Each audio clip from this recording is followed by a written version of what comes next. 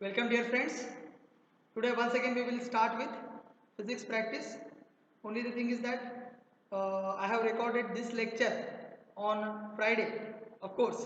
So for you people I recorded the same lecture so that you will be able to get it on Saturday, means today. Right now for you people today. So date will be of course 16 only. Today is 17, that you are knowing. So what we will do, first of all, we will have a practice for MT, major test, 18th October. So in that major test, you are expected to write the answers for only the topic which is nuclear.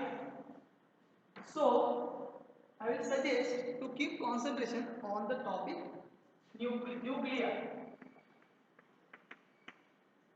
Topic is nuclear.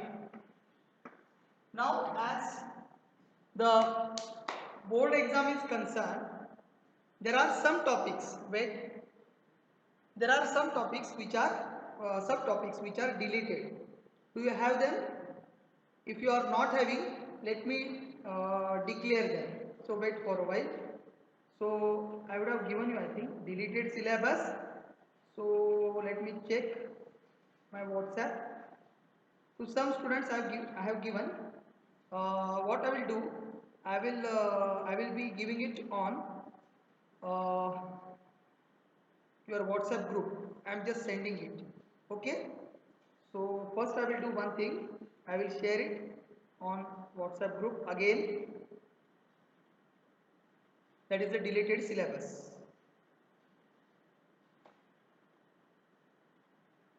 So I will be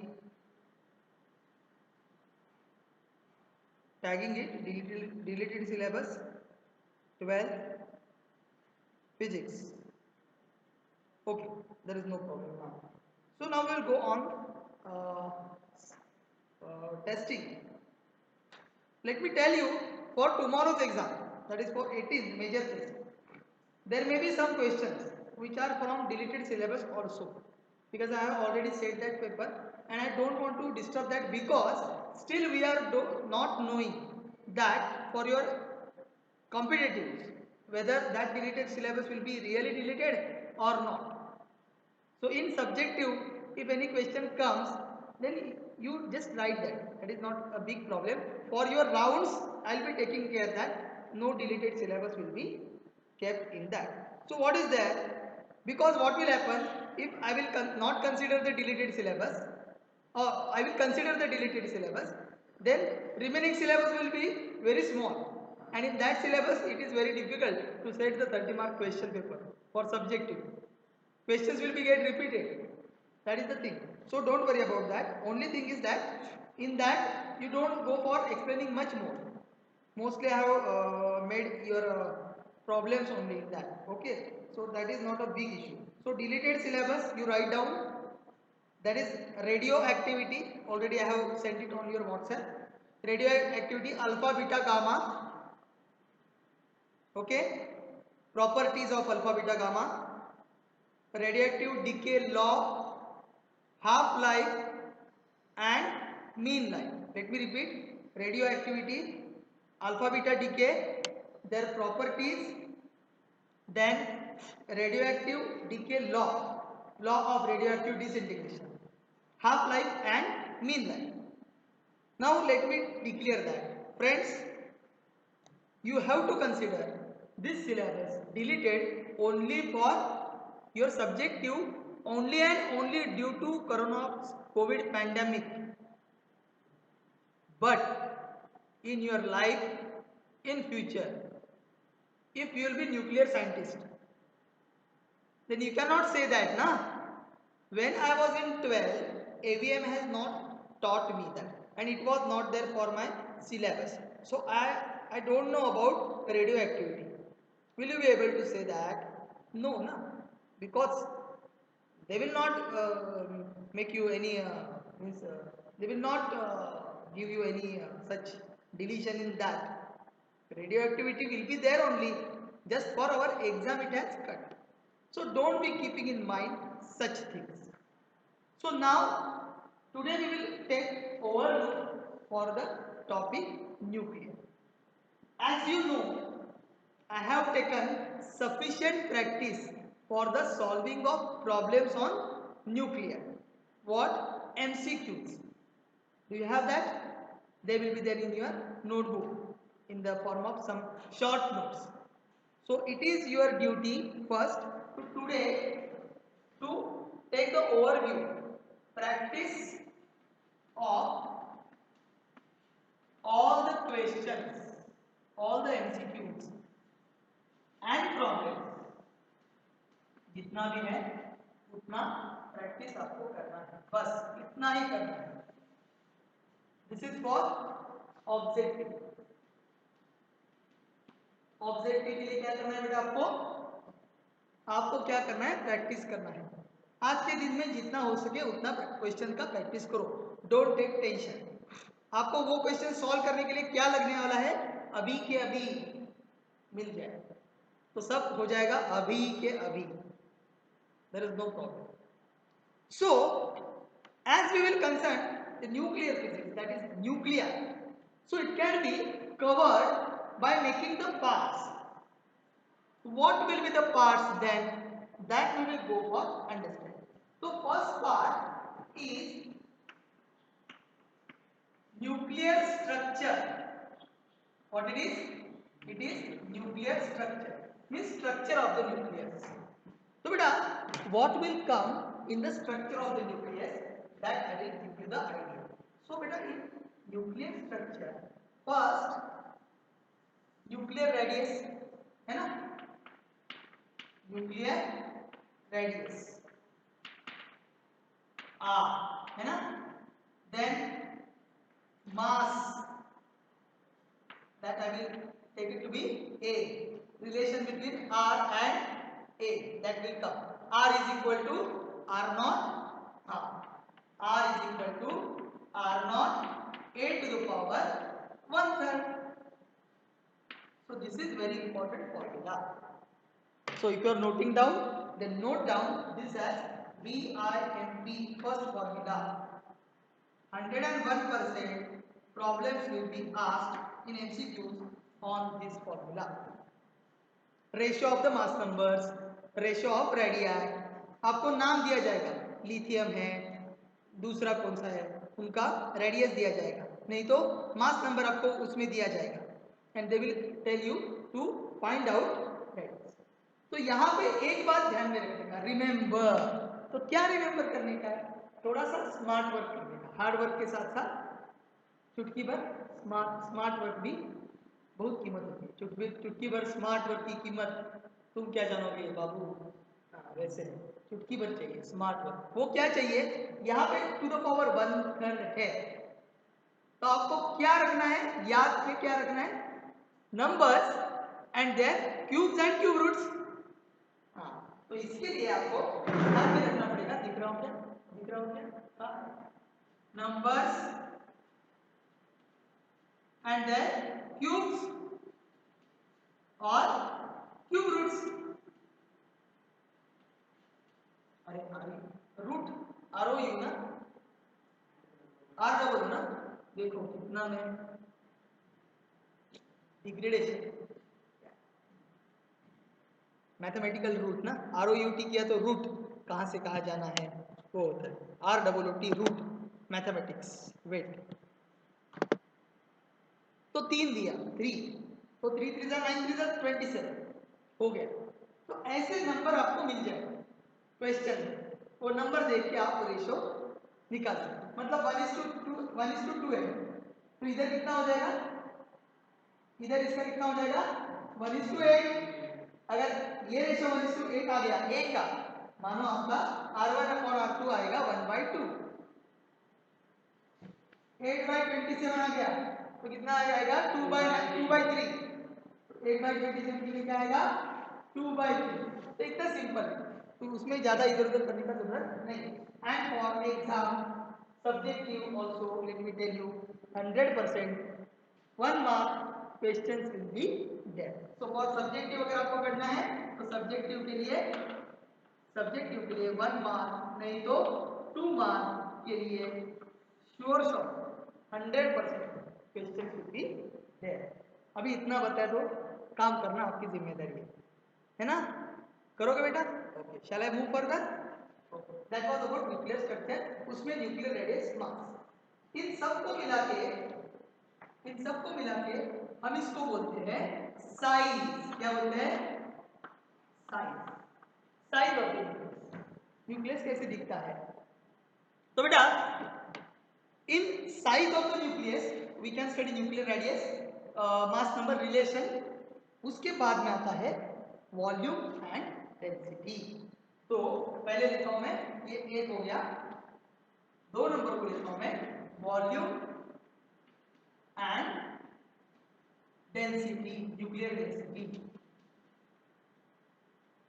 तो volume के लिए कौन सा formula आएगा बेटा?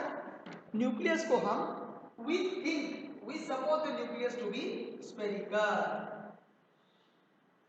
अरे sir, we consider nucleus to be spherical, consider करते हैं। तो वॉल्यूम कितना आएगा? 4/3 पाई आर क्यूब आएगा। तो यहां पे अगर मैंने r0 लिखा तो कैसे आएगा? देखो बेटा, करने का जरूरत नहीं है, लेक्चर देखो ठीक से। 4/3 pi into r0 a to the power 1/3 bracket का क्यूब। इसको मैंने अगर सॉल्व किया तो बन जाएगा 4/3 पाई r0 क्यूब, और a तो a रह जाएगा क्योंकि 1/3 का क्यूब। हाँ, 3 ने 3 को काट, तो ये बन गया आपका न्यूक्लियर वॉल्यूम। इसको बोलते हैं न्यूक्लियर वॉल्यूम, मतलब वॉल्यूम ऑफ द न्यूक्लियस। तो अभी ठीक है, अगर मैंने वॉल्यूम लिखा है तो डेंसिटी, डेंसिटी को क्या बोलते हैं? Nuclear density. क्या बोलेगा? Nuclear density. वो भी सिंपल है एकदम। अगर आपको न्यूक्लियर डेंसिटी निकालना है तो उसमें कुछ नहीं है, डेंसिटी आपको मालूम है, density is equal to mass upon volume. और आपको मालूम है ये जो न्यूक्लियस है मेरे पास, whatever the nucleus has, the mass will be the mass number. Mass will be mass number. So instead of mass, I will write mass number divided by volume. कितना है? 4/3 pi r0 cube a। a को काटो, getting my point? So in this way we can do that. लेकिन ये ऐसा काटते नहीं है, हम क्या करते हैं, मास नंबर को लेके हम उसका वॉल्यूम निकाल के रखते हैं सेपरेट। वी डू सेपरेशन, समझ गए? और यहाँ पे वो वैसे ही लिखते हैं। तो क्या करो, मास नंबर ले लो, उसको वॉल्यूम से डिवाइड करो। So divide the mass number by volume, तो आपको क्या मिलेगा? Nuclear density. ओके, नाउ इसमें भी density per unit mass number भी आता है, जैसा बाइंडिंग एनर्जी पर न्यूक्लियॉन। तो एवरेज न्यूक्लियर डेंसिटी रहता है, तो average nuclear density is there ना। हाँ, मतलब डेंसिटी लिया आपने एक स्पेसिफिक मास के लिए, मिनिमम मास के लिए, तो वो जो रहता है दैट इज कांस्टेंट। तो न्यूक्लियर डेंसिटी कांस्टेंट रहता है। तो आपको क्या स्टेटमेंट करना है? Average nuclear density is always constant. अगर आपने पढ़ा नहीं है तो आपको ये पढ़ना जरूरी है। मेरे लेक्चर में मैंने ये पहले लेक्चर में पहले लेक्चर में मैंने ये पढ़ाया है, average nuclear density will be kept constant. तो भी इतना किया तो आपको कौन कौन से फॉर्मूला जरूरी है न्यूक्लियर का प्रॉब्लम सॉल्व करने के लिए? R is equal to r0 a to power 1/3, बाद में ये और बाद में ये। तो इसके लिए मैं क्या बोला, a को डिलीट मत करो क्योंकि वो आपको न्यूक्लियर वॉल्यूम निकालना पड़ेगा। तो वॉल्यूम इसको सेपरेटली निकालो और a को उस वॉल्यूम से डिवाइड करो, divide a by that given volume. अगर आपने a को वॉल्यूम से डिवाइड किया तो आपका काम खत्म, बन जाएगा और आपका मिल जाएगा। यहाँ पे मैंने स्पेसिफिक इसके ऊपर मैंने बहुत सारे क्वेश्चन आपको ऑलरेडी दिया है, तो वो क्वेश्चन वीडियो से देखो थोड़ा सा और उसका प्रैक्टिस करो, और आपके पास जो बुक है उसमें से आप क्वेश्चन का प्रैक्टिस करो। Getting my point? तो ये कैसे निकालने का मास नंबर, तो मैंने आपको दिया है Z X A। तो ये क्या बन जाएगा आपका एटॉमिक नंबर, और ये क्या बन जाएगा मास। दिख रहा है बेटा, दिख रहा है। ये बन जाएगा आपका atomic number, whereas this will become my mass number। तो यहां पे ही मैं डिक्लेयर करता हूं what is mean by atomic number, मतलब आपका टाइम ज्यादा नहीं पास करेगा। एटॉमिक नंबर मतलब नंबर ऑफ क्या, प्रोटॉन्स और इलेक्ट्रॉन, और इलेक्ट्रॉन, क्योंकि जितना प्रोटॉन होता है उतना ही इलेक्ट्रॉन होता है। चार्ज वाइज अगर देखा आपने तो कैसा आता है, देखो अभी रेशो कैसा आता है, रेशो नहीं तो उसको क्या बोलते हैं, बाइफर्केशन। बाइफर्केशन ऐसा रहता है बच्चों, न्यूक्लियस में क्या क्या होता है, प्रोटॉन और न्यूट्रॉन होते हैं। पूरा एटम में क्या क्या होता है, एटम में होता है न्यूक्लियस और इलेक्ट्रॉन्स आर रिवॉल्विंग। लेकिन atom as a whole is neutral. अगर कौन सा भी एटम लिया आपने, एटम को खुद का चार्ज नहीं होता, atom doesn't have its own charge. Getting my point? तो चार्ज किसके किसके पास है, एक तो जो बैठा है बीच में न्यूक्लियस स्ट्रॉन्गर, उसके पास भी चार्ज होता है। क्यों? उसके पास प्रोटॉन है। तेरे पास क्या है, मेरे पास बंगला गाड़ी नौकर चाकर है। तेरे पास क्या है, न्यूक्लियस को पूछा, न्यूक्लियस क्या बोलेगा, मेरे पास प्रोटॉन है, तो पॉजिटिव चार्ज रहेगा। तो entire nucleus will be positively charged because of protons. तो वो बैलेंस कौन करता है, उसको बैलेंस करने के लिए इलेक्ट्रॉन्स को घूमना पड़ता है, एक जगह नहीं रह सकते। क्यों? तो वही तो ब्यूटी है फिजिक्स का और एटॉमिक फिजिक्स का और न्यूक्लियर फिजिक्स का। तो एटॉमिक में क्या देखते हैं, इलेक्ट्रॉन कंटिन्यूअसली रिवॉल्व्स, अपना रेडियस चेंज नहीं करता। रेडियस को अपना नहीं चेंज किया तो ऐसे भी घूम सकता है, ऐसे भी घूम सकता है, ऐसे भी घूम सकता है, कैसे भी घूम सकता है, radius without changing the radius. और ऐसे सब इलेक्ट्रॉन घूमते रहते हैं, इसकी वजह से उनका चार्ज है it will get balanced by the charge on proton. ये हुआ चार्ज का। लेकिन लफड़ा एक है, क्या है, मास क्या क्या करोगे सर? तो यहां पे न्यूक्लियस का जो मास होता है वो as compare to electrons it is much more higher. Why? At first मेरे को मालूम है, मैंने आपको बताया मास ऑफ प्रोटॉन्स कितना आता है, 1836 टाइम्स मास ऑफ इलेक्ट्रॉन। मतलब क्या है, इलेक्ट्रॉन को अगर प्लस नेगेटिव चार्ज है तो उतना ही चार्ज प्रोटॉन को है। लेकिन लेकिन but mass of proton is much more higher, 1836 मतलब राउंड अबाउट 2000 टाइम्स इलेक्ट्रॉन से ज्यादा है। तो इलेक्ट्रॉन का कितना है, 9.1 इंटू 10⁻31 केजी।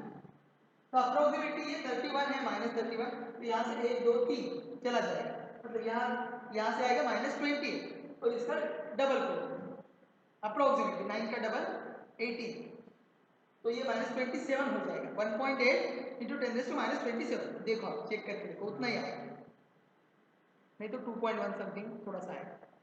तो प्रोटॉन का मास ज्यादा होने से, और प्रोटॉन कहाँ है, प्रेजेंट इन न्यूक्लियस, तो टोटल न्यूक्लियस का मास जो होता है वो ज्यादा होता है। इसलिए न्यूक्लियस को क्या बोलते हैं, सेंट्रल पार्ट। तो मैं यहाँ पे सब आपका रिवीजन एक ही लेक्चर में पूरा एक एक करके आपको बता दूं। तो न्यूक्लियस क्या बन जाता है बेटा, सेंट्रल पार्ट बन जाता है। इसीलिए जो घूमते इलेक्ट्रॉन है वो घूमते क्यों रहते हैं, क्योंकि electrons under the electrostatic force of attraction due to positively charge nucleus.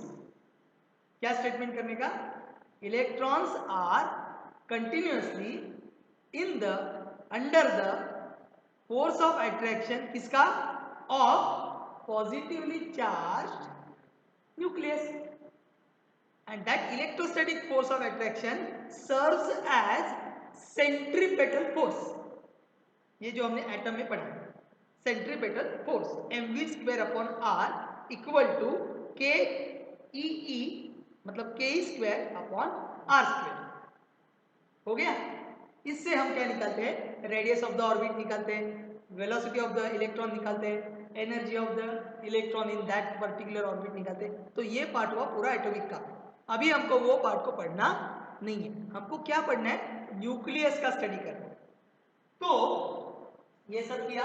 अभी हम मास नंबर को फटाफट लिख के लेते, बाद में आगे चलते। मास नंबर क्या है, हाँ टोटल नंबर ऑफ, ये जो आपने बताया था यहाँ पे और है ना नीचे, यहाँ पे total number of protons and neutrons, protons and neutrons. तो यहाँ पे पूरा मिला के प्रोटॉन कितना है ओके, न्यूट्रॉन कितना है ओके, ऐड करो मास नंबर में। लेकिन यहाँ पे प्रोटॉन कितना है ओके, इलेक्ट्रॉन उतना ही है, किसी एक को ले लो, दैट इज एटॉमिक। तो आइदर प्रोटॉन और electron number of that will be atomic, and mass number के लिए टोटल नंबर ऑफ प्रोटॉन भी ले लो, टोटल नंबर ऑफ न्यूट्रॉन भी ले लो, वो आपको मिल जाएगा mass number. Okay, shall we go ahead.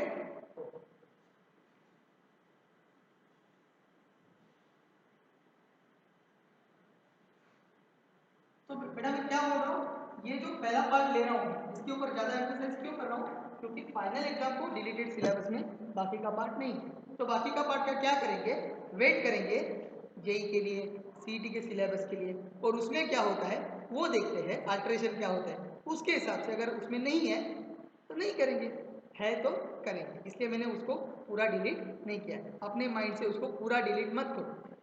हाँ आप शायद प्रैक्टिस नहीं कर सकते, लेकिन दिमाग में रख के लो, whatever my lectures are there keep them in practice. तो अभी जाते हैं, ये जो लिखते हैं, तो यहाँ पे मैंने लिखा Z को लिखा number of proton, number of P और E। A को लिखा मैंने number of N plus P। तो यहाँ पे मेरे को नंबर ऑफ N नहीं मिला है ना, तो वो इंपॉर्टेंट है। Number of neutron, neutron number, तो उसको N बोलते हैं, N नंबर ऑफ न्यूट्रॉन। तो वो कैसे निकालेंगे, यहाँ पे भी P है, यहाँ पे भी P है, तो मैं क्या करूंगा बेटा, A माइनस Z। तो न्यूट्रॉन न्यूक्लियस में क्या है, न्यूट्रॉन और प्रोटॉन है, उसमें से एटॉमिक नंबर डिलीट कर दिया, सबट्रैक्ट कर दिया।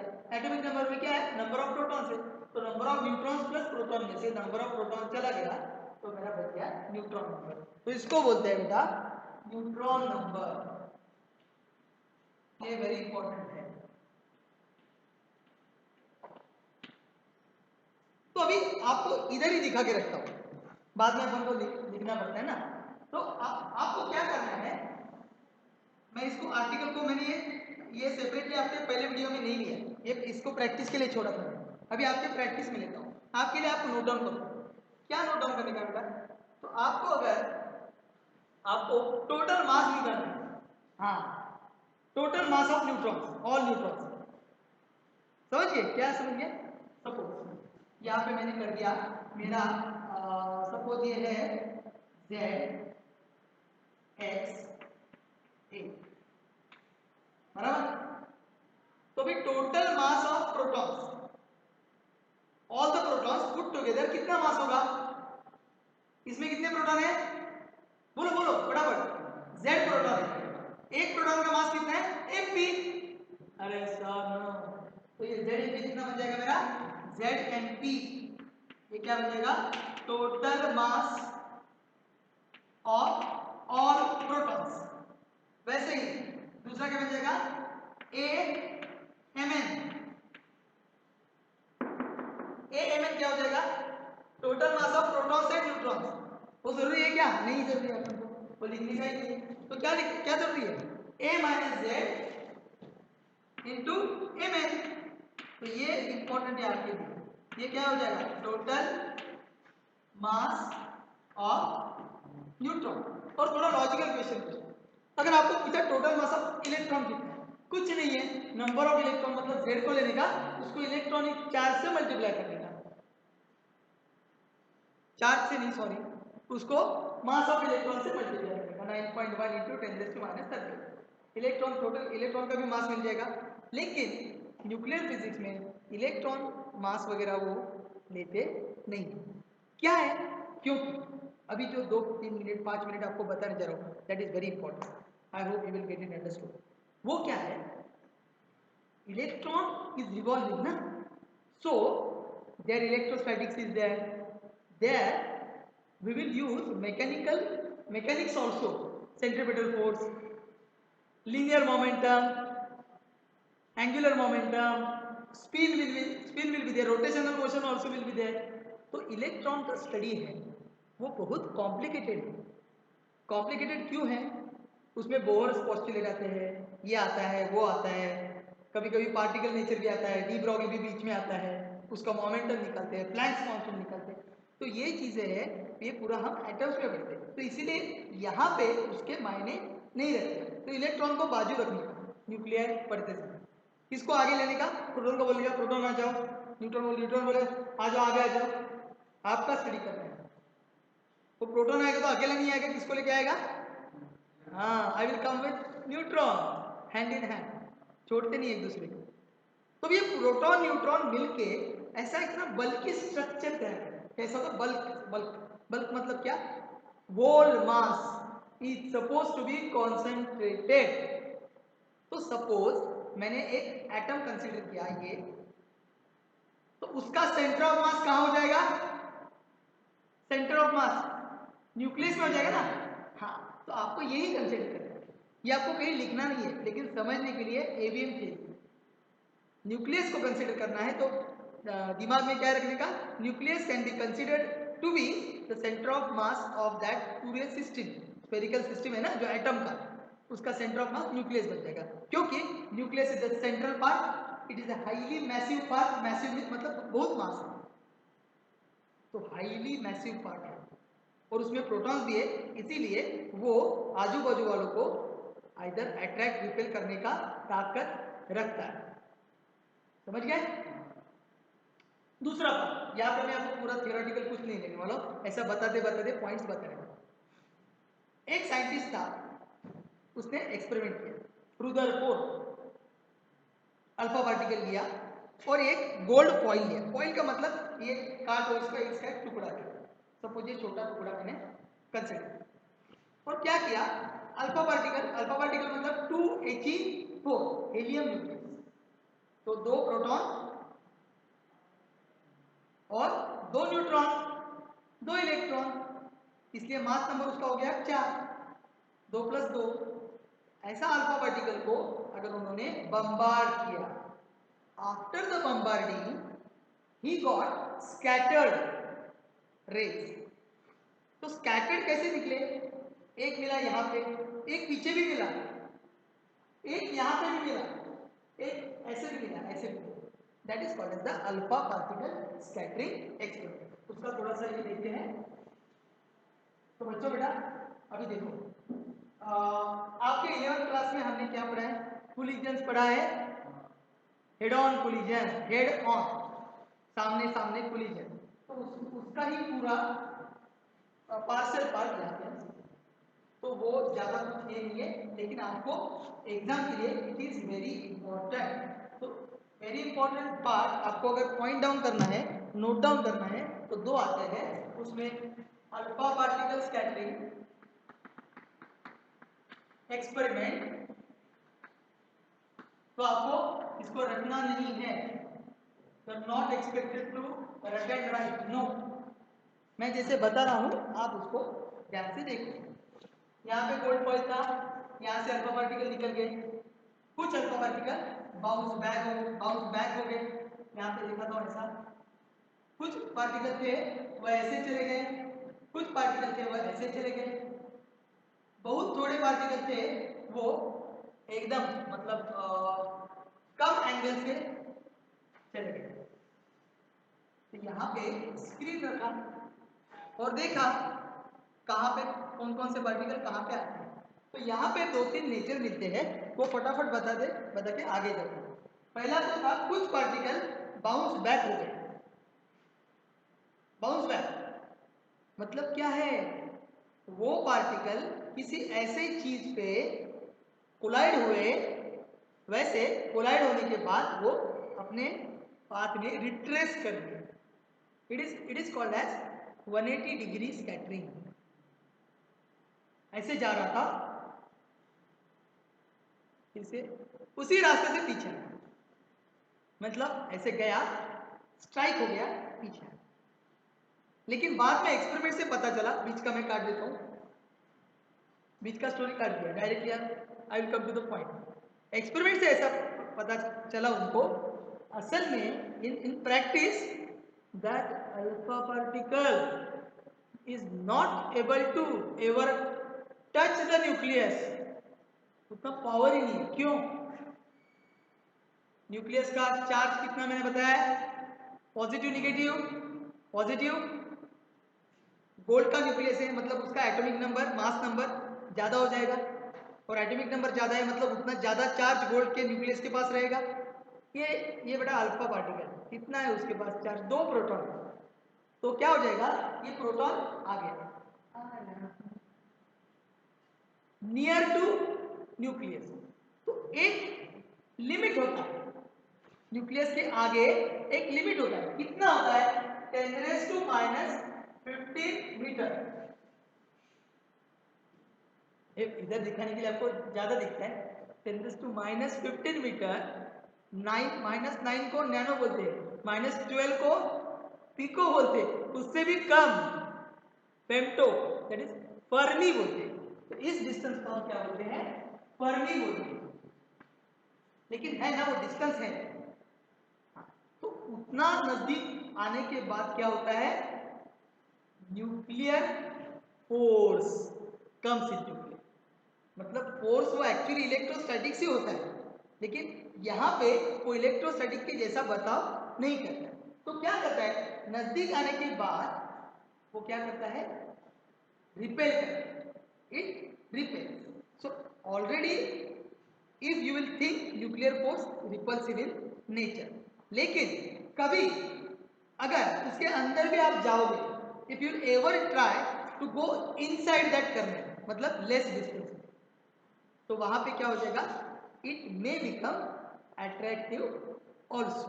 Getting my point? ये ज्यादा इसके डीप में जाने का जरूरत नहीं है, यहाँ पे देखने का, due to that force alpha particles get repelled back.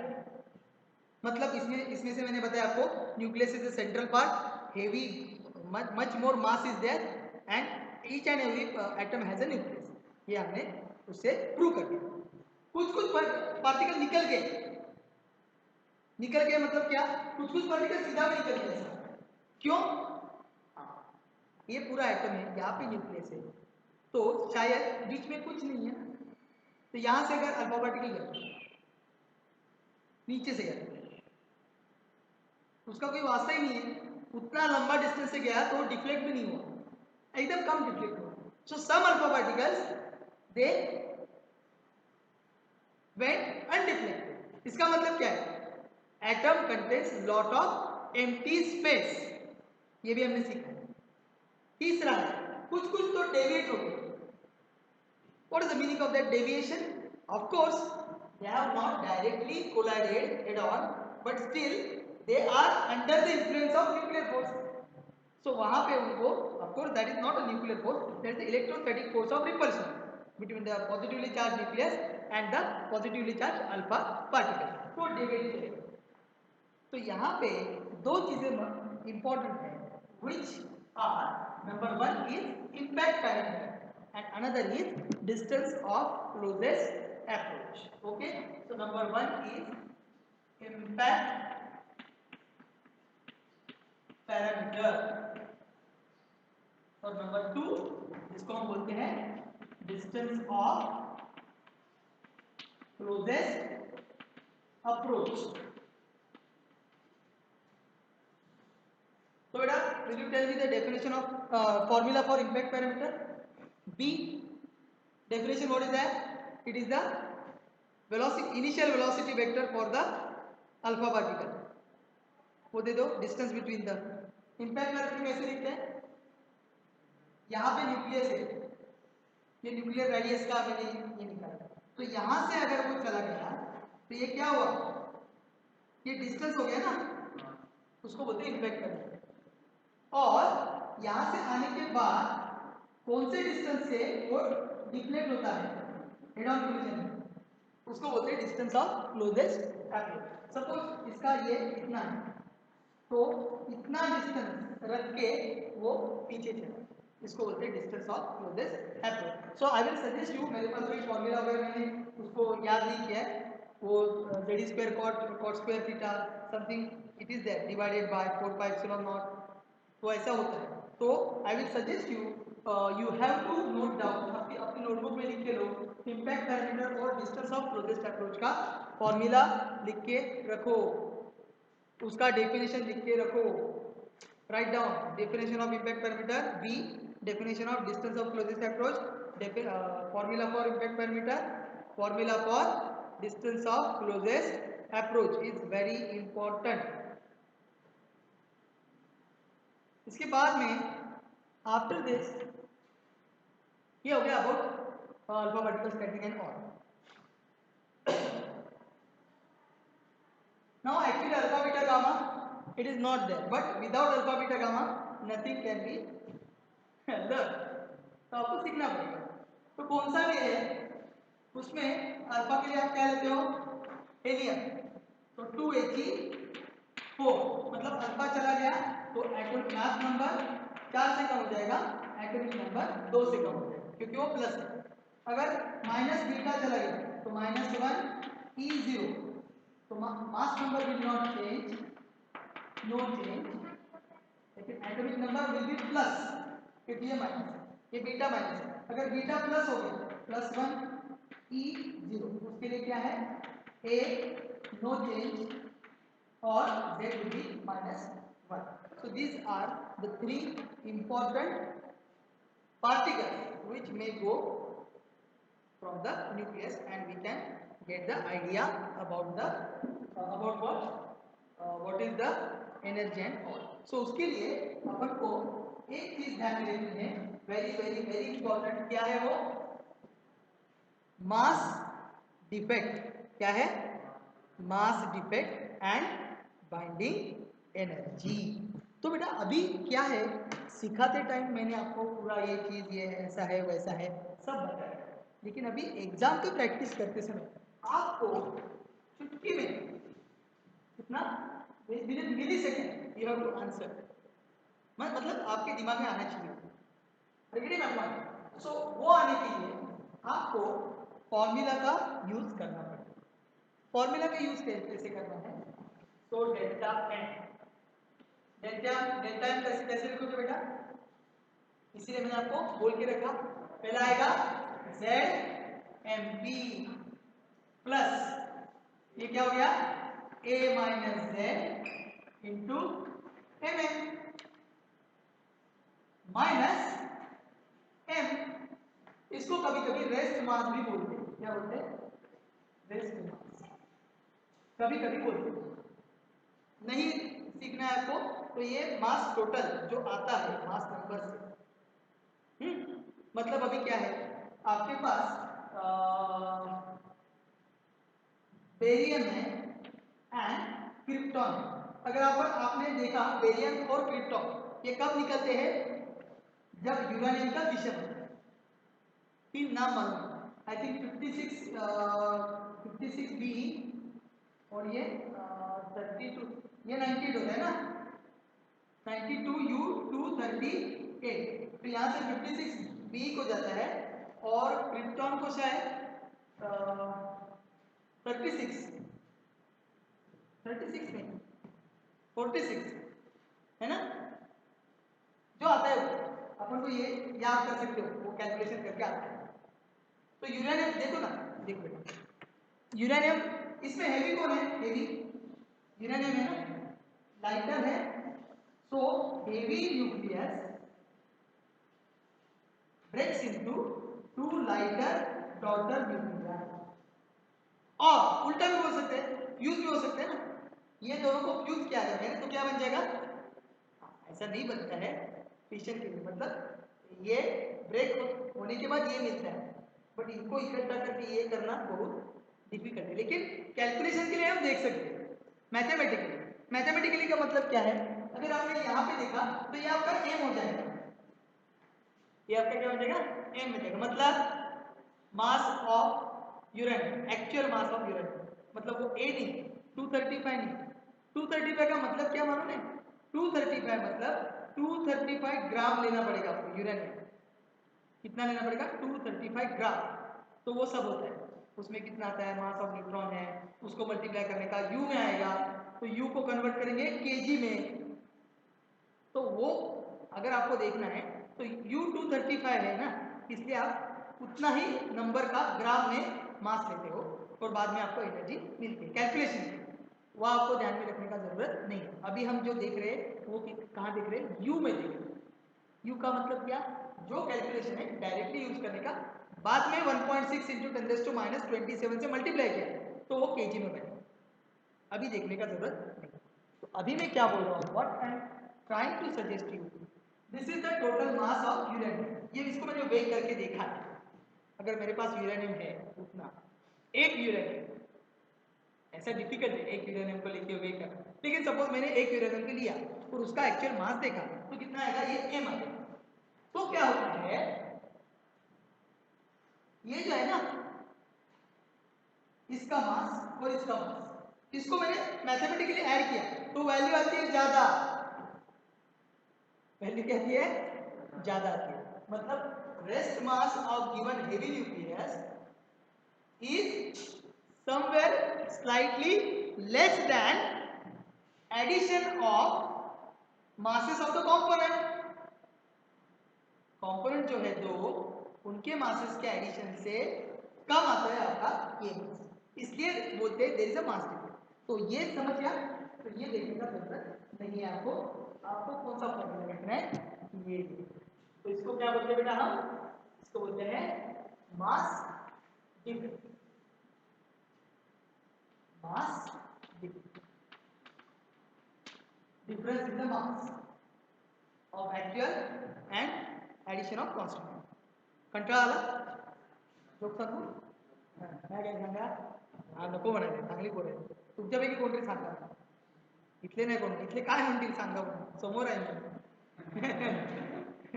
Corona गेलाय, मी नाही गेले आहे मी,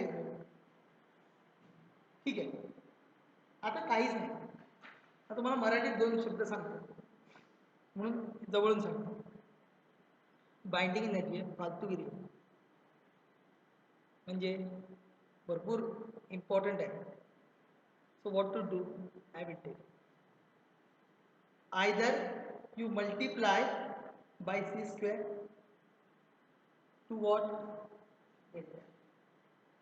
you will get binding, or in problem solving it is coming directly multiply c square, no c square, directly multiply by 931.6।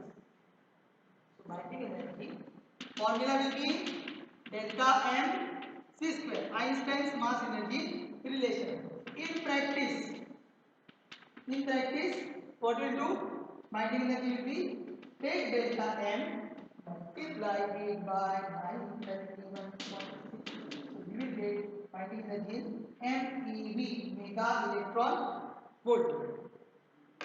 तो मास को लिया, उसको you से KG में कन्वर्ट किया, उसको सी स्क्वायर मतलब 3 × 10⁸ स्क्वायर ऑफ दैट मीटर पर सेकंड, सो वो किया। वो करने के बाद आपको मिलेगा जूल में, तो जूल का इलेक्ट्रॉन वोल्ट, तो इलेक्ट्रॉन वोल्ट इतना आएगा, उसको मेगा इलेक्ट्रॉन वोल्ट जरूर है। तो हमने पूरा किया है वो ऑलरेडी, तो उसका वैल्यू कितना आता है 931.6। इससे अगर आपने ये जो मास डिफेक्ट आ रहा है without making any change in you, so mass defect in U multiplied by 931.6, if you are doing, then you will directly get the binding energy in Ne। understood everybody? लेकिन इसका कोई direct use नहीं, हमको use है तो इसको आपको divide करना पड़ता है मास नंबर से। ये बहुत मायने, ये क्या बन गया बेटा मेरा, I have divided my binding energy by mass number. इसको बोलते हैं, क्या बोलते हैं मालूम है आपको? Binding energy per nucleon, binding energy per nucleon. So this is very very important. मतलब वन न्यूक्लियन, उसको वहां पे रखने के लिए कितना एनर्जी रखेगा, कितना एनर्जी लगेगा? Binding energy. क्या होता है बेटा, न्यूट्रॉन को चार्ज नहीं होता है, ओके। प्रोटॉन, प्रोटॉन अंकल तो है ना, प्लस प्लस, तो झगड़ा करेंगे दो प्रोटॉन एक दूसरे के साथ, और न्यूट्रॉन को भी बीच में ले लेंगे, तू आ बीच में, उसको चार्ज नहीं है, झगड़ा हो जाएगा। मतलब proton proton. So what I mean to say is that it is very much difficult to keep all the protons and neutrons together inside the nucleus. That's why we require this energy. So what is the actual meaning of binding energy? The energy required to bind, bind को बोलते हैं बांध के रखना, to bind all the nucleons together, उसको बोलते हैं binding energy. अगर आपने ग्रेविटेशन में लिया तो वहां पे भी बाइंडिंग एनर्जी, एस्केप वेलोसिटी सब देखते हैं। तो वो बाइंडिंग एनर्जी क्या है? एक कौन सा भी कंपोनेंट है वो अर्थ से एक डिस्टेंस पे है, तो वहां पे उसको रखना है, नहीं तो गिर जाएगा ना, आगे भी नहीं ले जाना है, नीचे भी नहीं ले जाना है, तो वहां पे रखने के लिए कितना एनर्जी लगेगा? ऑफकोर्स बाइंडिंग एनर्जी, बाइंड करके रखना। वैसे ही न्यूक्लियस में उनको पुट टुगेदर रखने के लिए जो एनर्जी लगेगा उसको बोलते हैं हम बाइंडिंग एनर्जी। उसको अगर डिवाइड किया हमने मास नंबर से तो वो क्या मिलता है आपका? Binding energy per nucleon. और ये अपना वेरी इंपॉर्टेंट पार्ट है। वो क्या है? Curve of binding energy per nucleon versus mass number. So in your each and every exam, wherever nuclei will be there, you are supposed to do something with binding energy for nucleon versus mass number curve. Okay? Okay. उसके लिए मैंने आपको एक फंडा बताया, याद है आपको? देखा नहीं देखते आपने? Binding energy per nucleon versus mass number. हाँ क्या एजे जी? हाँ भूल गए? एजे जी एलाई, LICN ना, एजे G LICN, O SFMO I W, क्या बाद में क्या एन। हाँ, तो ये आप थोड़ा प्रैक्टिस करो, नहीं इससे दूसरा मेरे पास कुछ रास्ता नहीं है, ये ध्यान में रखना।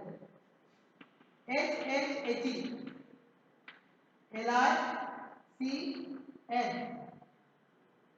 OO SFMO RWN। तो ये क्यों ऐसे दिखाया है?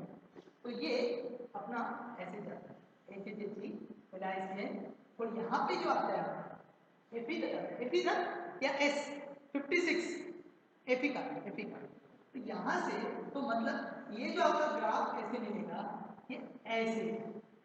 तो वेरी सिंपल, आपको अगर एग्जाम में without anything if you to do that, तो यहाँ पे ये आपको सर्च जाएगा, और यहाँ पे ध्यान में रखिएगा, यहाँ पे 50 आना चाहिए, और जहाँ पे यू लिखते हैं वहाँ पे आपका 300 आगे होना चाहिए, नहीं तो 250 आगे होना चाहिए।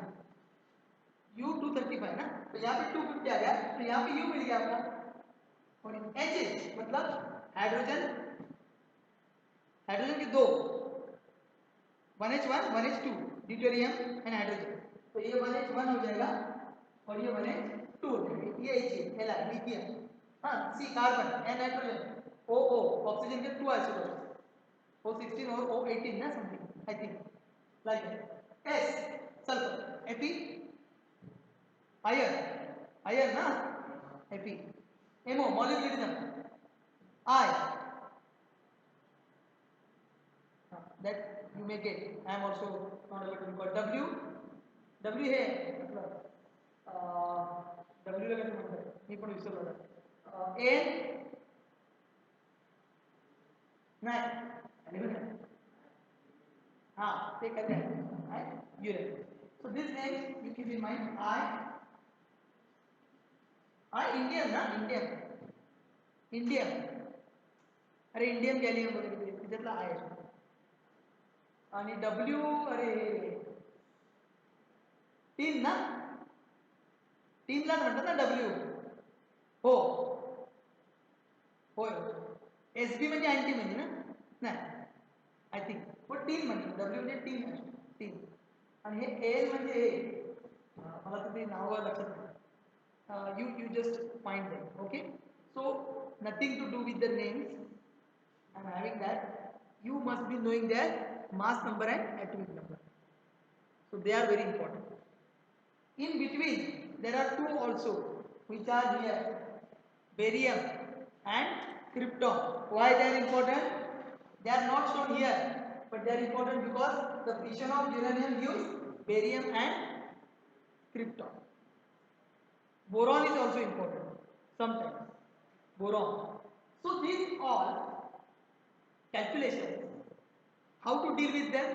I told you ZMP plus A minus Z into Mn minus total mass will give you the mass difference. Multiply by 931.6, you will get the binding energy. Divide by mass number. Binding energy per nucleus. Understood? Now there is a lot of importance of this curve. This curve gives you idea इसको जितना energy लगता है और इन लोगों को जितना energy लगता है तो आपको समझ जाएगा एक को ज्यादा एनर्जी लगता है तो छोटे वाले ना वहां ज्यादा जाता है और बड़े वाले उसको कम जाता है तो यहाँ पे दो प्रोसेस होते हैं एक तो होता है fusion what it is fusion and another one is fission तो fission I have explain uranium Fission, what is the important meaning of fission? Fission simply to break heavy nucleus into two lighter daughter nuclei. Heavy nucleus uranium, lighter nuclei daughter barium, krypton, along with alpha, beta, gamma, neutron, whatever. Sometimes you will get beta particle, beta plus, beta minus, neutrino, antineutrino. Are you getting my point? Alpha particle, helium nucleus, 2He4, alpha, and gamma. Gamma means only energy. There will not be any change in mass number, atomic number. No, only energy change will be there. तो वो क्या होता है? तो हर एक में उसका energy होता है. मतलब उसको बोलते हैं हम Q वैल्यू है ना? Q value of a nuclear reaction. तो क्या करने का है? Q वैल्यू के लिए मैं आपको सिंपल फॉर्म देके रखता हूँ. पता है? मैं तो आपको कह सकता हूँ थोड़ा सा रुक जाए. Are you tired? Who cares?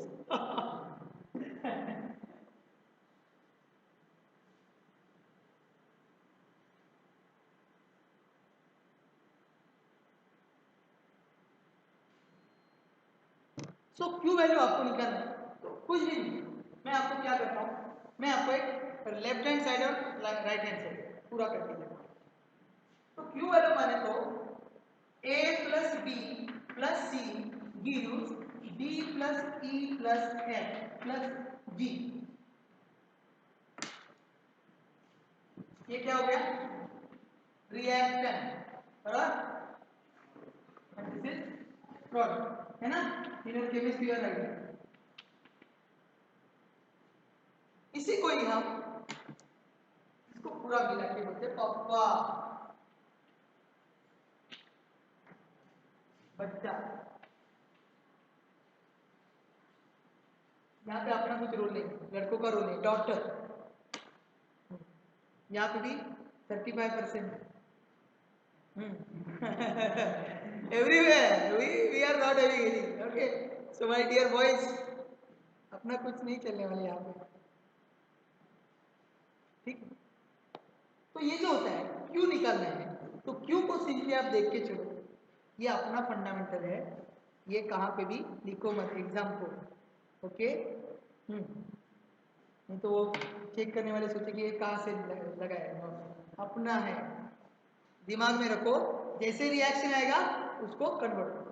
तो क्यू निकालना है, तो क्यू सिंपली कैसे करने का, देखो पेरेंट साइड को ऐड करो, M A M B M C, बस हो गया। ये क्या हो गया, पेरेंट साइड का टोटल मास, इसको बोलता हूं मैं टोटल मास पेरेंट। बस क्या करो, माइनस करो, माइनस क्या करें, M D plus M E plus M F plus M. तो अंदर जाके क्या हो जाएगा, ये माइनस माइनस माइनस माइनस, तो इसका एडिशन करो, उसको माइनस साइन दे दो, इसके इसको और इसको उनका डिफरेंस ले लो, डिफरेंस ले लो।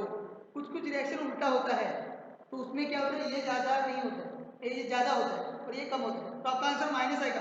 अरे energy how it is minus, हाँ मतलब वो डिफरेंस लेने का है। तो इसीलिए प्रॉब्लम सॉल्व करते समय वो आगे जाके कोई देखने वाला नहीं है, आपको क्या उसमें से डिफरेंस निकालना है। जो डिफरेंस आएगा उसको क्या करो, मैं क्या बोला 931.6 मल्टीप्लाई किया तो आपको क्यू वैल्यू उसका मिल जाए। क्योंकि क्यू वैल्यू क्या है, you have to keep in mind always, Q value is always carrying the units of energy. तो किसी भी रिएक्शन का आपने क्यू निकाला मतलब आपने उसका एनर्जी निकाला, कितना रिलीज हो रहा है, नहीं तो कितना लग रहा है ज्यादा लेने के लिए, एब्जॉर्ब। कभी कभी एनर्जी लेना भी पड़ेगा ना, लेकिन most of the times energy लेना नहीं पड़ता है। Both fission and fusion both give out the energy, understood. So for MT आपको क्या क्या करना है, पहले जो दिया है वो पूरा करने का है। सब्जेक्टिव के लिए कुछ कुछ डेरिवेशन मैंने बताया वो करने का है। न्यूक्लियर में binding energy for nuclear versus mass number, ये कर्व आपको निकालना है और बाकी भी आपको करना है। प्रॉब्लम्स कौन से, R r not a to the power 1/3, volume, density, बाद में क्या इम्पैक्ट पैरामीटर, बाद में डिस्टेंस ऑफ क्लोजेस्ट अप्रोच, ये पांच हुए। ये यहाँ पे ही है, वो एटम्स में देखते हैं इम्पैक्ट पैरामीटर वगैरह, न्यूक्लियर में ही देखा ना, जरा चेक करो। हाँ मेरे को थोड़ा सा, हाँ अल्फा पार्टिकल स्कैटरिंग में आता है इतना मालूम है मुझे, ठीक है बाद में देखो, ठीक है। और एक चीज है जो मैंने आपके साथ डिस्कस नहीं किया है, उसके ऊपर this year 101% each and everywhere questions will be there. कौन सा, isotopes, isobar and isotone. Isotope क्या है, क्या है, जेड सेम, हाँ वो सब देखें, तो मैंने पूरा लेक्चर दिया उसमें। So today what you do, isotopes, isobars and isotones, try to emphasise much more on that, तो आपको क्या हो जाएगा उसका आइडिया हो जाएगा। और किसी भी रिएक्शन में वो आप देख सकते हो, देख के पता चलता है ये आइसोटोन से, ये आइसोबार से, ये आइसोटोप से, तो आप देख के पता चलता है। और मैंने आपको फॉर एग्जाम्पल दिया है ना, तो मेरे पास और भी है, अगर चाहिए तो बुक से और भी दे देता हूँ। किसी भी बुक में उठाए तो आपको 10-10, 15-15 पेयर मिल जाएगा। If you Google then also you will get many isotopes, isobars, isotopes. So I suggest you to go through isotopes, isobars, isotones also, because that is also very important. So I think this all information is sufficient in order to practice for your MT. Now MT will be consisting of 2 points. कौन कौन से point? पहला तो पहला तो आपका major test का MCQ।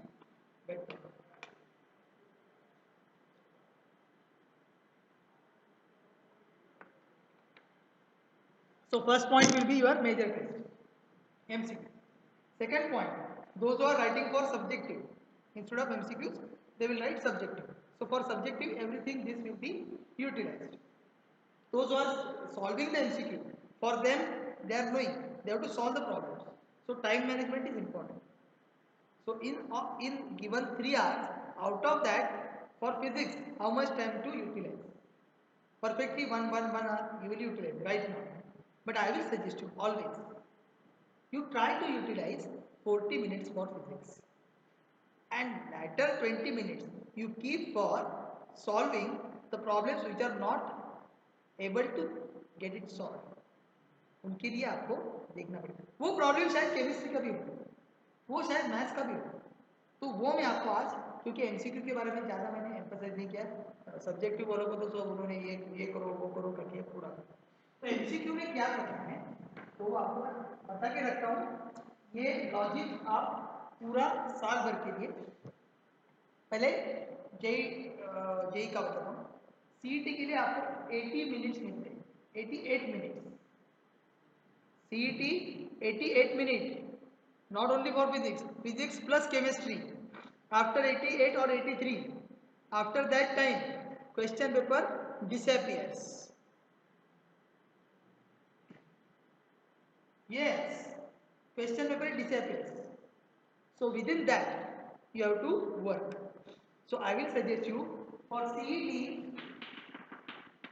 P plus C आपको कितना टाइम चाहिए देना है? 80 मिनट से देना है. बाद में 8 मिनट ये बच गया वो बच गया, ये करो ये क्लिक करो वो क्लिक करो, उसके लिए लगेगा आपको. You will not ever find that in 8 minutes where the bench. आपको समझेगा भी नहीं. 80 मिनट में मतलब फिजिक्स के लिए कितना टाइम है? 50 question. Let me tell you and only 40 minutes. You will think that there is no option, no negative marking and all, but time is less, na? And for JEE you will get, then you will be solving 25 questions in 60 minutes. तो ये क्या करने का, ये 60 minute नहीं लेना, ये बताओ.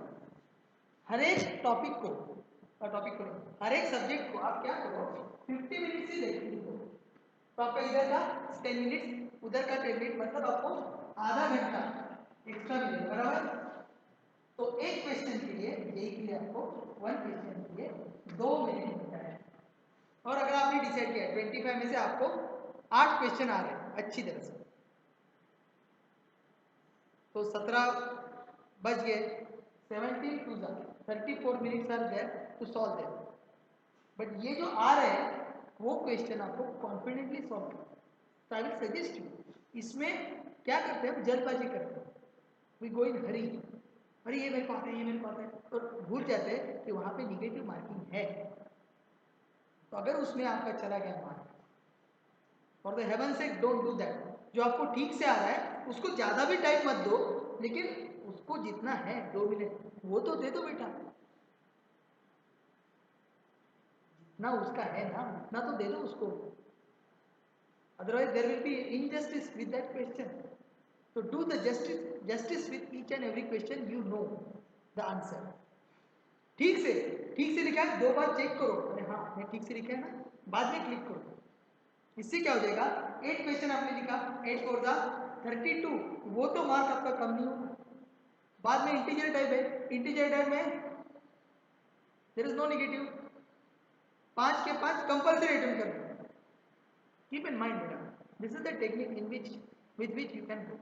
So for integer type, compulsory attempt each and every question. Remaining 20 questions, whatever you know, you try to attempt. ज़्यादा निगेटिव में मत जाओ. लेकिन ऐसा भी नहीं है निगेटिव है इसलिए किसी भी हाथ भी नहीं लेगा ऐसे. खाली 4 इंटीजर सॉल्व किया, मैं आ गया बाहर, उसमें क्या मिलेगा आपको? क्या लगता है 4 इंटीजर सॉल्व किया आपको 4 का 4 मिल जाएगा? 20 मार्क मिलेगा? नहीं मिलेगा, 0 मिलेगा. राइट हो. तो इंटीजर का भरोसा मत करो, खाली उसमें नेगेटिव नहीं है तो कंपल्सरी अटेम्प्ट करें. तो integer compulsory attempt for CET, all 50 question compulsory attempt. CET में कितना टाइम मिलेगा? 1 मिनट से भी कम टाइम मिलेगा. अगर आपने कैलकुलेट किया 40 मिनट्स, हाँ, और इसके सेकंड कितना होगा? 2400 सेकंड डिवाइडेड बाय 50, तो ये कितना हो जाता है?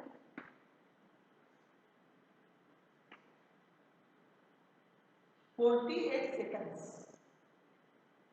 अगर आपने डिजिटल क्लॉक लगाया तो हर एक 48 सेकंड मतलब एक पूरा मिनट भी नहीं, 48 सेकंड में आपको पौना मिनट इसको बोलते हैं, आधे मिनट से थोड़ा ज़्यादा और 1 मिनट से थोड़ा कम, इसमें आपको ये सॉल्व करना। और मैथ्स में आपको इसका इंपॉर्टेंस ज़्यादा रहेगा क्योंकि मैथ्स के लिए अलग से टाइम होगा और उसको 2-2 मार्क, एक क्वेश्चन करेक्ट आ गया 2 मार्क पॉकेट में डाला। यहाँ पे फिजिक्स केमिस्ट्री में एक क्वेश्चन करेक्ट आ गया 1 ही मार्क मिल रहा है। तो वहाँ मैथ्स में और बायो वाले हैं उनके लिए बायो में, यहाँ पे कोई बायो वाले बंदे नहीं है, मैथ्स में आपको वो उसका बेनिफिट मिलने वाला है। So this way you will smartly think about each and everything. तो सब्जेक्टिव के लिए है, तो सब्जेक्टिव के लिए क्या करना है उसका अलग एक तरीका है, ऑब्जेक्टिव में क्या करना है उसका अलग तरीका है, प्रैक्टिस कैसे करना है अलग है, वहाँ पे पेपर कैसे लिखना है that is also different. So this techniques you have to follow. Right now I am speaking going on speaking no problem, but what ever I am speaking that you have to follow at the time of exam. For that sake, repeatedly I am telling these things. So let me clear. So for MCQs, go with this schedule. Don't be lazy and don't be hurry. You will get your work done. Now time is also over. So with all permission of all of you, today we will stop our lecture. Wish you best of luck for your exam. Okay? Thank you. Thanks a lot.